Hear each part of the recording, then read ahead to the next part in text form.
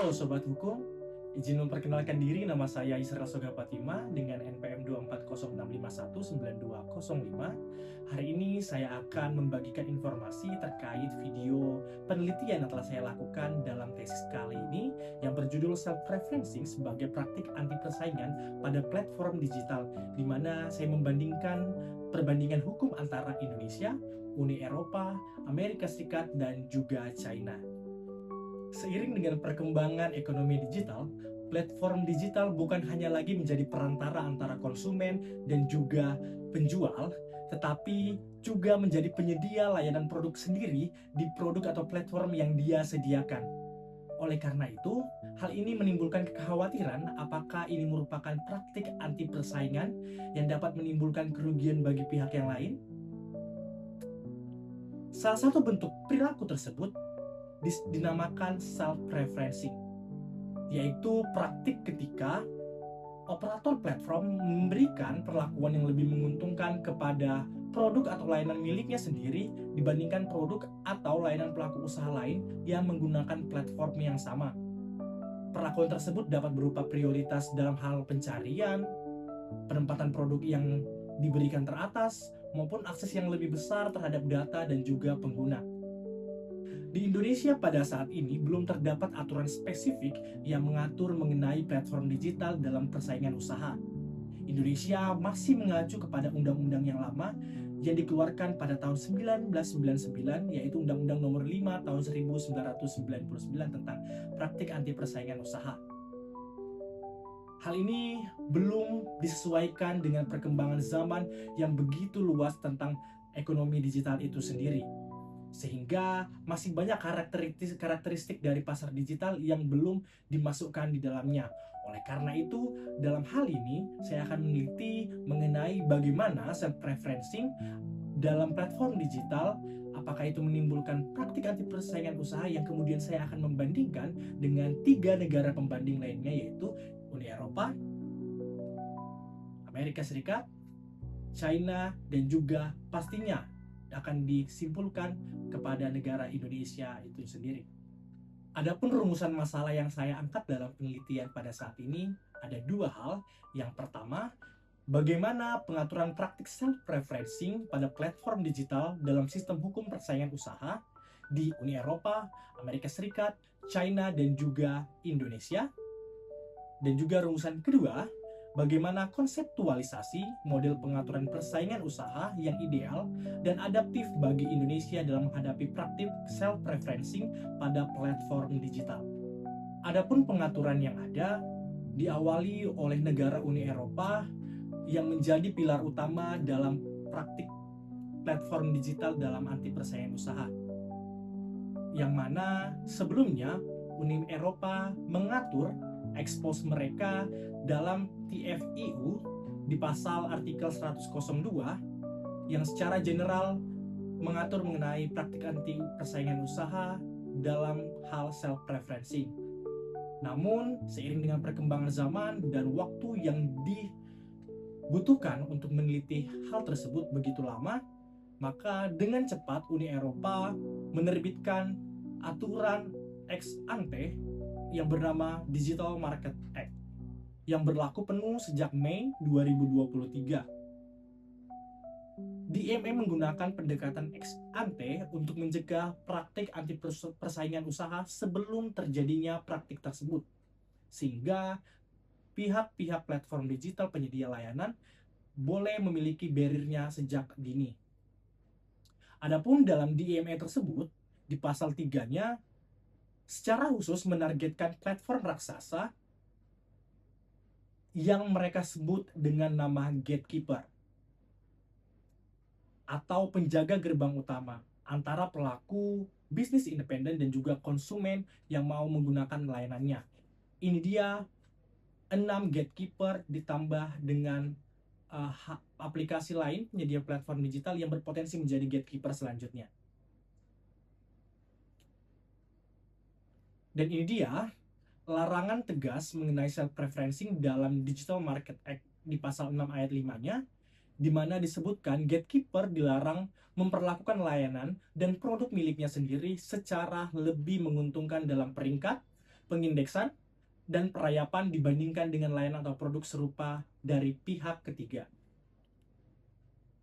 Adapun rincian dari pasal 6 ayat 5 DMA tersebut menggarisbawahi 3 hal, yang mana yang tadi saya bilang, ranking atau pemeringkatan, di mana platform tidak boleh memanipulasi algoritma yang ada, pencarian atau etalase digital untuk menampilkan produk sendiri di posisi teratas sehingga menggeser produk lain yang berafiliasi dengan platform yang sama. Yang kedua, indeks dan crawling, di mana praktik diskriminasi teknis di balik layar seperti memberikan akses data yang lebih cepat atau prioritas pengindeksan otomatis untuk layanan yang terafiliasi dilarang secara ketat dalam DMA tersebut.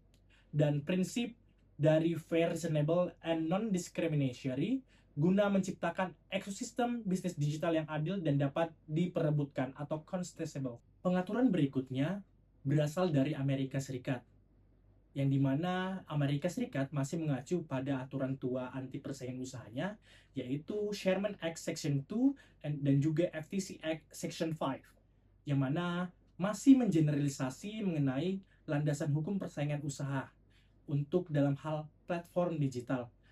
Namun, mereka melakukan pendekatan rule of reason dari setiap kasusnya secara case by case dan juga memberikan kewenangan yang luas kepada FTC dan juga DOJ untuk menyelidiki beberapa platform yang berpotensi melakukan anti persaingan usaha dengan praktik self-preferencing yang ada.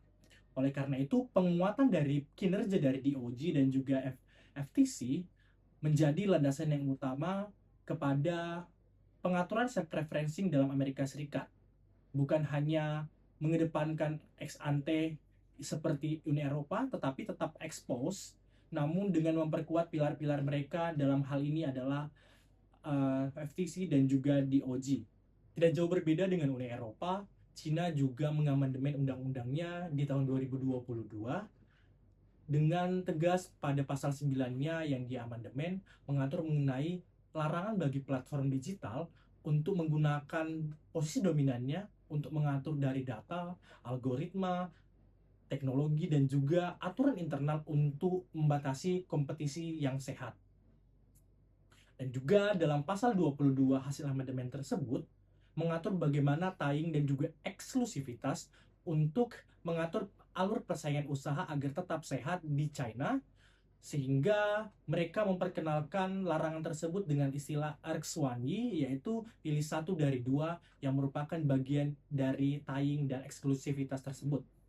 Dan juga sebagai produk dari ex ante-nya, mereka menerbitkan pedoman ekonomi platform oleh SAMR di tahun 2021, yang mana hal ini menjadi panduan secara teknis untuk bagaimana menindak dari pencarian atau peringkat yang bias dalam platform digital, sehingga akan memberikan persaingan yang sehat pada platform digital bagi konsumen dan juga pelaku usaha yang bersaing di platform yang sama. Indonesia sendiri masih mengedepankan pendekatan expose dengan undang-undang tradisionalnya, yaitu Undang-Undang Nomor 5 tahun 1999, di mana masih mengedepankan pasal 17, pasal 19, dan juga pasal 25 tentang penyalahgunaan posisi dominan. Ketiadaan aturan spesifik mengenai platform digital dalam hal self-preferencing ini menimbulkan kebingungan bagaimana konsumen, pelaku usaha, maupun penyedia platform digital apakah terlindungi dari kompetisi atau anti persaingan usaha tersebut. Sehingga fokus investigasi pada KPPU menjadi lebih terbebani. Oleh karenanya, menurut saya dalam penelitian ini, Indonesia perlu pendekatan ex ante seperti Uni Eropa dan Cina yang mengatur secara spesifik bagaimana platform digital dapat bersaing secara kompetitif dan sehat. Pengaturan hukum yang telah saya sebutkan sebelumnya, semua berlandaskan dari penegakan hukum yang telah terlaksana di ketiga negara tersebut, terutama di Uni Eropa, di mana kasus Google Shopping di tahun 2017, Komisi Eropa memutuskan Google menyalahgunakan posisi dominannya sebagai mesin pencari umum dengan memberikan perlakuan istimewa terhadap platformnya sendiri, yaitu Google Shopping, di mana penegasan putusan tersebut di Uni Eropa dari tahun 2021 dan juga bahkan di Mahkamah Eropa hingga tahun 2024, yang hasilnya Google diwajibkan untuk menghentikan praktik ilegal tersebut, memberikan perlakuan yang setara antara lain perbandingan belanjanya sendiri dengan pesaing yang ada, dan juga memberikan kesempatan yang sama kepada pesaing untuk bersaing dalam hal visibilitas dalam platform yang ada. Dan kegagalan mematuhi perintah akan dikenakan denda pelanggaran periodik yang signifikan. Dan latar belakang tersebut dengan masih menggunakan expose, yaitu pasal 102 TFUU, membuat Uni Eropa bergegas merevisi undang-undangnya dengan menerbitkan DMA yang setelah saya sebutkan sebelumnya. Penegakan hukum di Amerika Serikat sedikit berbeda, di mana kasus utama yaitu FTC melawan Amazon di tahun 2023. Amazon diduga mempertahankan kekuatan monopoli secara ilegal dengan berperan sebagai pemilik marketplace dan juga penjual di marketplace yang sama, dan memberikan ketentuan bagi platform yang mau menjual jasanya dengan wajib, yaitu menggunakan FBA atau Fulfilled by Amazon, yang mana penjual harus menggunakan tersebut untuk memperoleh Prime Eligibility, buy box, dan juga visibilitas yang tinggi. Dalam hal ini, dampaknya menurut FTC dalam self-preferencing yaitu harga konsumen lebih tinggi, inovasi menurun, pilihan konsumen berkurang, dan juga persaingan marketplace yang melemah. FTC memandang bahwa Amazon menggunakan posisi dominannya sebagai operator marketplace untuk memberikan keuntungan bagi layanannya dan ekosistemnya sendiri, sehingga diduga menciptakan praktik self-preferencing yang ada yang merugikan konsumen dan juga pesaing anti lainnya.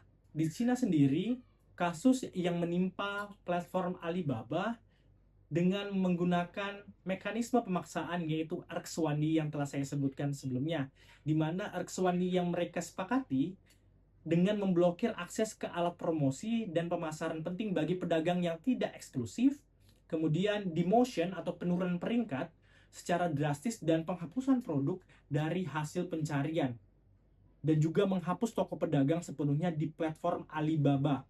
Oleh karena itu akan menimbulkan praktik anti persaingan usaha di platform Alibaba. Oleh karena itu juga mengurangi dari membatasi inovasi, dan juga akhirnya Alibaba dilakukan penindakan lebih lanjut dengan memberikan denda yaitu sebesar 18,22 miliar yuan, yang terbesar di bawah anti-monopoly law, dan juga memerintahkan Alibaba untuk menghentikan praktik ilegal tersebut dan juga perbaikan komprehensif untuk meningkatkan transparansi operasional mereka. Oleh karena itu, hal itu juga menimbulkan revisi yang besar-besaran dari anti-monopoly law di China, dan juga menimbulkan ex ante yang baru yaitu platform ekonomi digital yang diterbitkan oleh SAMR di tahun 2023. Di Indonesia sendiri, tantangan penegakan hukum yang ada masih berbatas kepada Undang-Undang Nomor 5 Tahun 99 yang mengedepankan undang-undang tradisional atau Expose Indonesia, yang mana salah satu contoh kasusnya yaitu investigasi TikTok Shop yang diduga manipulasi algoritma dan juga potensi dampak finansial. Ketergantungan Indonesia terhadap Undang-Undang Nomor 99 ini merupakan sesuatu yang patut diperbarui karena masih ketergantungan terhadap regulasi pradigital. Oleh karena itu, Indonesia perlu merevitalisasi aturan yang ada dengan membuat ex ante tersendiri, sama seperti Uni Eropa dan juga China, yang mana melakukan pendekatan hibrida tersebut menjadi hal yang urgent kepada Indonesia untuk mengintegrasikan sejak dini pengaturan ex ante dengan menerbitkan pedoman khusus platform digital dalam hal self-preferencing atau praktik persaingan usaha di platform digital, dengan tetap mengimbangkan ekspos yang ada dengan Undang-Undang Nomor 5 Tahun 1999, dan juga kodifikasi larangan jelas eksplisit terhadap manipulasi rekomendasi, prioritasasi produk, afiliasi sepihak, dan juga pengikatan logistik wajib, dan juga regulasi berbagai efek, yaitu tetap menyisakan ruang bagi inovasi digital yang terbukti memberikan efisiensi objektif bagi konsumen yang ada. Arah konseptualisasi lainnya yaitu pemberdayaan dari KPPU dengan memperluas kewenangan KPPU dari sekedar pemberi saran kebijakan menjadi otoritas utama dengan hak audit algoritma independen, forensik digital, serta penegakan hukum proaktif yang didukung tim ahli data khusus. Yang kedua, kriteria dari gatekeeper, yaitu merumuskan bagaimana standar identifikasi kekuatan pasar berdasarkan faktor digital transaksional, kontrol volume data eksklusif, efek penguncian atau login, dan ketergantungan jutaan pelaku UMKM lokal pada platform tersebut. Yang ketiga, arah konseptualisasinya mengatur mengenai integrasi kebijakan untuk membangun kolaborasi erat antara KPPU, Komdigi, OJK, dan lembaga perlindungan data pribadi untuk menyelaraskan regulasi guna memfasilitasi probabilitas data pengguna, sistem pembayaran serta perlindungan bagi UMKM yang ada. Dan dari arah konseptualisasi tersebut merupakan penutup dari penelitian saya. Oleh karena itu, saya memberikan kesimpulan, yaitu pengaturan praktik self-referencing pada platform digital merupakan tantangan global yang dihadapi oleh berbagai yurisdiksi termasuk Uni Eropa, Amerika Serikat, dan juga China. Dan Indonesia tidak terlepas dari itu. Namun, kerangka hukum yang eksis terbukti belum adaptif karena ketiadaan definisi eksplisit tentang self-referencing yang ada, keterbatasan kapasitas digital KPPU, dan kompleksitas pembuktian hukum tradisional.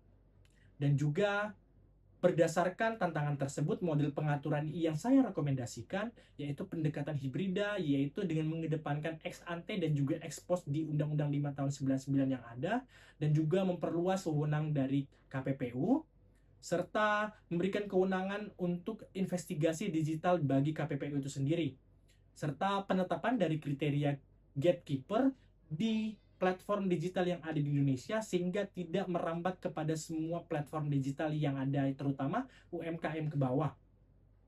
Adapun saran dari penelitian ini, yang pertama, reformasi kerangka hukum persaingan usaha dalam hal ini dengan mengedepankan konseptualisasi baru dalam pedoman khusus oleh KPPU, yaitu pedoman yang mengatur bagaimana platform digital dalam persaingan usaha dikaitkan dan juga self-preferencing didefinisikan dalam aturan atau pedoman khusus tersebut.